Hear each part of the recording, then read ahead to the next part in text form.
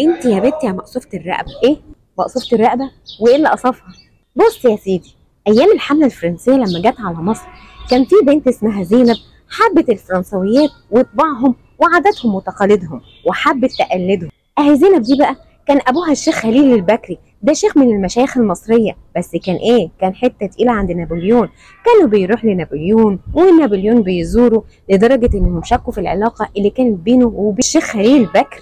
لا وايه، الشيخ خليل البكري كانت امنيه من امنيات حياته ان نابليون يديله لقب الاشراف، لان اللقب ده كان لازم ياخده المشايخ التقيل، واللقب ده كان امله بالنسبه للمشايخ المصريه، بس مش اي مشايخ، دي المشايخ اللي بتحب تتودد وتوصل لنابليون وتتوسط له كمان. اما المشايخ الوطنيين فاكيد ما كانوش بيعملوا كده. زينب بقى انتهزتها فرصه وقالت مش ابويا عايز ياخد اللقب ده، فخلاص احنا نقرب من الفرنسويين ونتودد لهم، وبالمره يخليني اقلد لبسهم وطريقه تعاملاتهم وعاداتهم وتقاليدهم. وبالفعل زينب قربت لنابليون والفرنسويين، لدرجه انهم شكوا ان في علاقه بين زينب وبين نابليون. ونابليون شال الشيخ عمر مكرم وحط مكانه الشيخ خليل البكري ابو زينب. وخليل البكري اخذ لقب الاشراف، بس يا فرحه ما تمت خدها الغراب وطار.